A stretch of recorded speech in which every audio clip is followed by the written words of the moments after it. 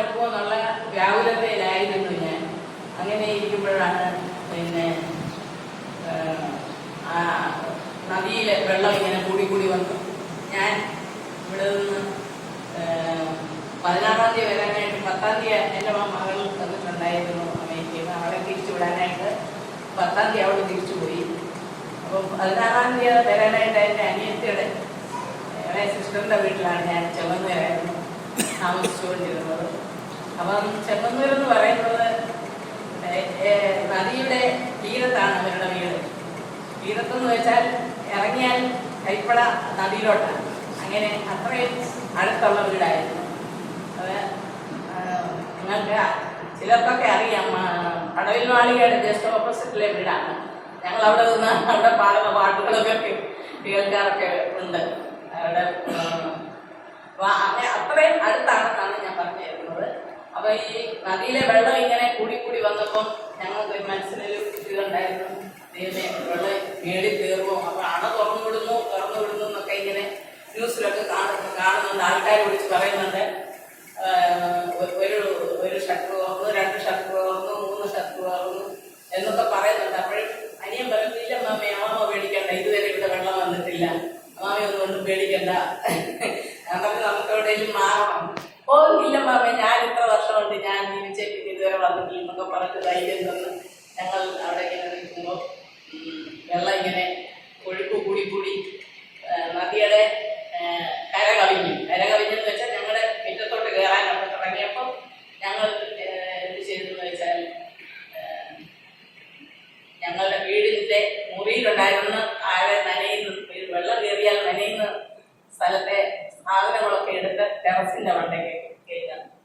അതും ദൈവം മുന്നമേ കരുതിയതുപോലെ പറയുമ്പോൾ നിങ്ങളൊന്നും വിശ്വസിക്കത്തില്ല. അവരുടെ മോൻ ഒരു വർഷം മുമ്പ് ഷിപ്പയിലാണ് ജോലി ചെയ്തത്. അപ്പൊ അവൻ അവിടുന്ന് ഒരു ടാർപോളിൻ കൊണ്ട് വെച്ചിട്ടുണ്ടായിരുന്നു വീട്ടിൽ. അപ്പൊ അനിയൻ ആ ടാർപോളിൻ എടുത്തുകൊണ്ട് കൊണ്ടുപോയി ഒരു ഷെഡ് പോലൊക്കെ ഉണ്ടാക്കിയിട്ട് അതിന്റെ കീഴിലാണ് ഈ സാധനങ്ങളെല്ലാം കൊണ്ടുവന്ന് സ്റ്റോക്ക് ചെയ്തത്. അങ്ങനെ ഒരു വൈകിട്ട് 5 മണി ആയപ്പോഴത്തേന് മിറ്റമെല്ലാം നിറഞ്ഞു വെള്ളം വന്നു. അപ്പോഴത്തേന് ഞങ്ങൾക്ക് മനസ്സിലായി താഴെ നിന്ന രക്ഷയില്ല.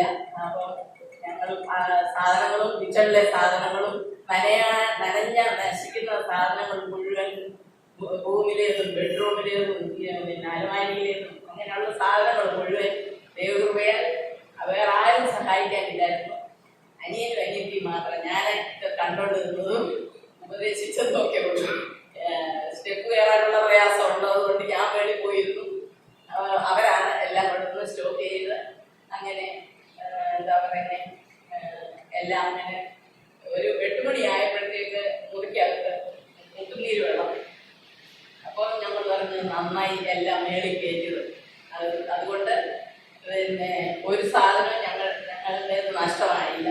അതുപോലെ തന്നെ ഞങ്ങൾക്കാണെങ്കിൽ പിന്നെ ദൈവം മുന്നമേ കരുതിയതുപോലെ വീട് കോർണറിലാണെങ്കിലും ഒരു വർഷമേ ആയുള്ള അവരുടെ വീട് പുതുക്കിപ്പണി.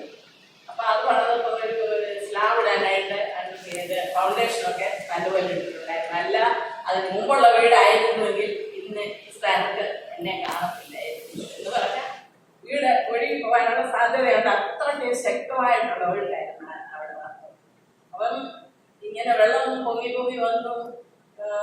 ഞങ്ങൾ രാത്രിയിൽ അപ്പം എനിക്ക് ക്ഷീണം കൊണ്ട് ഞാനും കിടന്നുറങ്ങി. നല്ല മഴയും. ഞാനങ്ങ് മേളിൽ എനിക്ക് കിടക്കാനൊക്കെ ബെഡൊക്കെ വിരിച്ചെന്ന് ഞാൻ കിടന്നുറങ്ങി. അപ്പൊ അവരാണെങ്കിൽ സ്റ്റെപ്പയിൽ കുത്തിയിരിക്കുക, വെള്ളം മേളോട്ട് വരുമ്പോൾ പൊങ്ങുമോ ഇങ്ങനത്തെ അവസ്ഥ എന്നുള്ള പ്രയാസത്തിൽ അവരിങ്ങനെ സ്റ്റെപ്പയിൽ ഇങ്ങനെ ഇരിക്കുക. അപ്പം ഇടയ്ക്ക് ഞാൻ എഴുന്നേൽപ്പോൾ ചോദിക്കാൻ നിങ്ങൾ ഉറങ്ങിയില്ലോ? ഓ ഇല്ല മാമേ, വെള്ളം പൊങ്ങുന്നോ ഇല്ലെന്ന് നോക്കുക വേറെ. അങ്ങനെ അവർ കാത്തിരുന്നു. അങ്ങനെ നേരം വെളുപ്പിച്ചു. അത് ഭയങ്കര ശക്തമായിട്ടുള്ള മഴയും അതുപോലെ തന്നെ ഈ വെള്ളത്തിന്റെ അടുത്തായതുകൊണ്ട് അതിന്റെ ഇരപ്പ് നമുക്ക് കേൾക്കാം. ഭയങ്കര ഇരച്ചു പോവുകയും പിന്നെ നേരം വെളുപ്പ് ഞാൻ നോക്കിയപ്പോൾ ആറ്റിൽ കൂടെ ആളുകൾ വള്ളത്തെ നടക്കുന്നത് എന്തിനാണ്? ഈ ഒഴുകി വന്ന സാധനങ്ങളൊക്കെ കൊച്ചു കൊതുകുവെള്ളം കൊണ്ടുവന്ന് ഓടിച്ചിട്ട് ഒഴുകി വരുന്ന എന്താ ഗ്യാസ് കുറ്റികള്, പിന്നെ പൊങ്ങി വരുന്ന സാധനങ്ങളൊക്കെ അവർ പിടിച്ച് വള്ളത്തിലിട്ടിട്ട് ആ കടൽ മാളികയുടെ ആ മുറിയിലാവുന്നതെല്ലാം അടുക്കി വെക്കുന്നത്. ഇവിടോട്ട് കാട് പോലെ ഈ സൈഡ്, മറ്റേടത്ത് നല്ല തെളിഞ്ഞ് കിടക്കുക. അപ്പൊ അവിടോട്ടാണ് കൊണ്ടുവന്ന സാധനങ്ങളൊക്കെ കയറ്റി വെച്ചിട്ട് ഈ വള്ളക്കാരി വരുന്നത്. ഞാൻ പറഞ്ഞു, ദൈവമേ, ഇത്രയും ഒഴുക്കിൽ ഈ മനുഷ്യന് പേടിയില്ലേ ഒഴുകി പോകുമെന്ന്. അതിന്റെ ഇടയ്ക്കും ഇങ്ങനെ ഇത് സംരക്ഷിക്കാനായിട്ട് പിടിച്ചെടുത്തു അവരെ സൂക്ഷിക്കാനായിട്ടുള്ള ആളുകളും ഉണ്ടായിരുന്നു എന്നുള്ളതാണ്.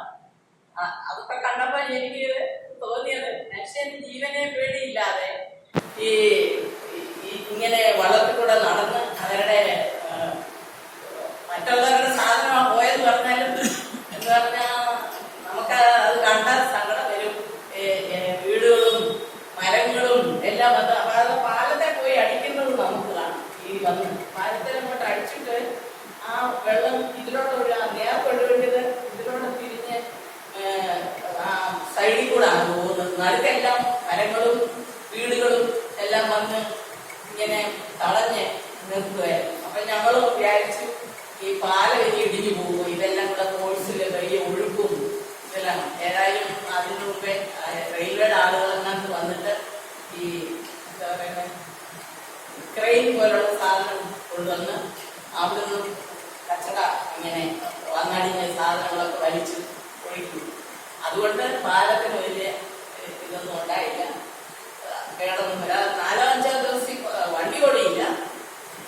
അങ്ങനെ ദൈവം ഈ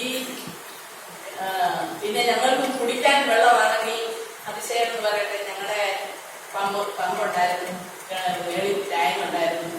ആ ടാങ്കിനകത്ത് എങ്ങനെയോ വരാൻ 2 ദിവസം മുമ്പേ പമ്പ് കേടായി പോയതിന് പിന്നെ റിപ്പയറിംഗുകാരനെ വിളിച്ചു. അത് ഈ മഴ വരുമെന്നൊന്നും ഉദ്ദേശിച്ചോണ്ടല്ല, വെള്ളം വേണമല്ലോ എന്നുള്ള ഉദ്ദേശത്തിൽ റിപ്പയറിംഗുകാരനെ വിളിച്ച് അവൻ പമ്പ് സെറ്റ് വന്ന് ശരിയാക്കിയപ്പോൾ പമ്പ് ചെയ്തപ്പോൾ ടാങ്ക് നടത്തി. അപ്പം വെള്ളം കയറിയപ്പോൾ പിന്നെ ഞങ്ങൾ പറഞ്ഞു, ആ വെള്ളം നമുക്ക് കുടിക്കാൻ മാത്രം ഉപയോഗിച്ചാൽ മതി, ബാക്കി വെള്ളം ഈ മഴ പെയ്യുന്നത് പിടിച്ച് നമുക്ക് ഉപയോഗിക്കാമെന്ന് പറഞ്ഞ് ബാക്കി കുടിക്കാൻ മാത്രമേ ആ ടാങ്കിലെ വെള്ളം ഉപയോഗിച്ചു. ഞാൻ കുടിക്കാൻ വെള്ളം ഉണ്ടായിരുന്നു. ദൈവത്തിന്റെ പേരിട്ട് ഞങ്ങൾക്ക് ഭക്ഷണത്തിനായിട്ട് ഒരു കുറവും വന്നില്ല, വരുത്തിയില്ല. ദൈവത്തിനെല്ലാം ഞങ്ങളെ താങ്ങി വഴി നടത്തി ധൈര്യത്തോടുകൂടി അവിടെ താമസിക്കാനും. പിന്നെ സങ്കീർത്തനക്കാരൻ പറയുന്ന പോലെ ദൈവത്തിൽ ആശ്രയിക്കുന്നവനെ അവൻ സംരക്ഷിക്കുന്നു എന്ന് പറയുന്നത് പോലെ അത്യുന്നതന്റെ മറവിൽ വസിക്കുകയും സർവശക്തന്റെ കീഴിൽ പാർക്കുകയും ചെയ്ത് യഹോവയെ കുറിച്ച് എന്റെ സങ്കേതവും കോട്ടയും ഞാൻ ആശ്രയിക്കുന്ന എന്റെ ദൈവം എന്ന് പറയുന്നു. അങ്ങനെ അവൻ എന്നെയും എന്റെ കുടുംബത്തെയും ഇങ്ങനെ സംരക്ഷിച്ച് ഇവിടെ വന്ന് നിങ്ങളോട് സാക്ഷിപ്പാൻ തക്കോണം ദൈവം തന്ന അവസരത്തിനായിട്ട് 3 ദിവസം ടെറസിന്റെ അവിടെ താമസിച്ചു. പിന്നെ ഞാനിഞ്ഞു പോരുന്നു, എനിക്ക് ഇനി പോരണമായിരുന്നു. അതുകൊണ്ട് ഞാൻ പിന്നെ വെള്ളം പറ്റിയപ്പോൾ വെള്ളം എല്ലാം പോയി. പിന്നെ ഒരു കാര്യം പറയാനുള്ളത്, എന്റെ മക്കൾ ഇവിടെ വിളിച്ചു പറയുകയൊക്കെ ചെയ്തു, റെസ്ക്യൂ ചെയ്യണമെന്നൊക്കെ വിളിച്ച് ഏഷ്യാനെറ്റുകാരോടൊക്കെ പറയും, അഡ്രസ് കൊടുക്കുകയൊക്കെ ചെയ്തു. പക്ഷെ അവരെ വിളിച്ചത് ഇവിടുന്ന് സാറിയൊക്കെ ചോദിക്കുന്നുണ്ട്, മമ്മി വന്നു, റെസ്ക്യൂക്കാർ വന്നു. ഞങ്ങൾ പറഞ്ഞു ആരും ഇതിലൂടെ മേളിൽ കൂടെ ഹെലികോപ്റ്ററൊക്കെ പോകുന്നുണ്ടായിരുന്നു, പക്ഷെ ഞങ്ങളുടെ ആ സൈഡിലോട്ട് വള്ളം വരാൻ പറ്റില്ല, അതിന്റെ ഒഴുക്കായിരുന്നു. അതുകൊണ്ട് വള്ളമൊന്നും വന്നില്ല. പക്ഷെ ഹെലികോപ്റ്റർ വന്ന് അടുത്തുള്ള വീടുകളിലൊക്കെ ഭക്ഷണം കൊടുക്കുകയും വിളിക്കുകയൊക്കെ ചെയ്തു. ഞങ്ങളെ ഈ കോർണറിൽ കാണാതായതാണ്, പക്ഷെ ഞങ്ങൾക്ക് ആവശ്യമില്ലായിരുന്നു. തന്നാൽ തന്നെ ഞങ്ങൾക്ക് അതിന്റെ ആവശ്യമില്ലായിരുന്നു. ഞങ്ങൾ ഭക്ഷണത്തിനൊക്കെ ദൈവം നിലവിലുണ്ടായിരുന്നു. കരുതിയെന്ന് വേണം പറയാൻ. എന്നാലും ഞങ്ങളൊന്നും ഓർത്തൊന്നും കേറതല്ല, എങ്കിലും ഞങ്ങൾക്ക് ഒന്നിനും ഒരു ബുദ്ധിമുട്ടുണ്ടായില്ല. അങ്ങനെ വെള്ളപ്പൊക്കം വന്നേലും അതിലൊക്കെ ദൈവം എന്നെ അതിജീവിച്ച് എന്നെ ദൈവം ഇവിടെ വരെ നടത്തി. എന്റെ എല്ലാ ആവശ്യങ്ങളും ദൈവം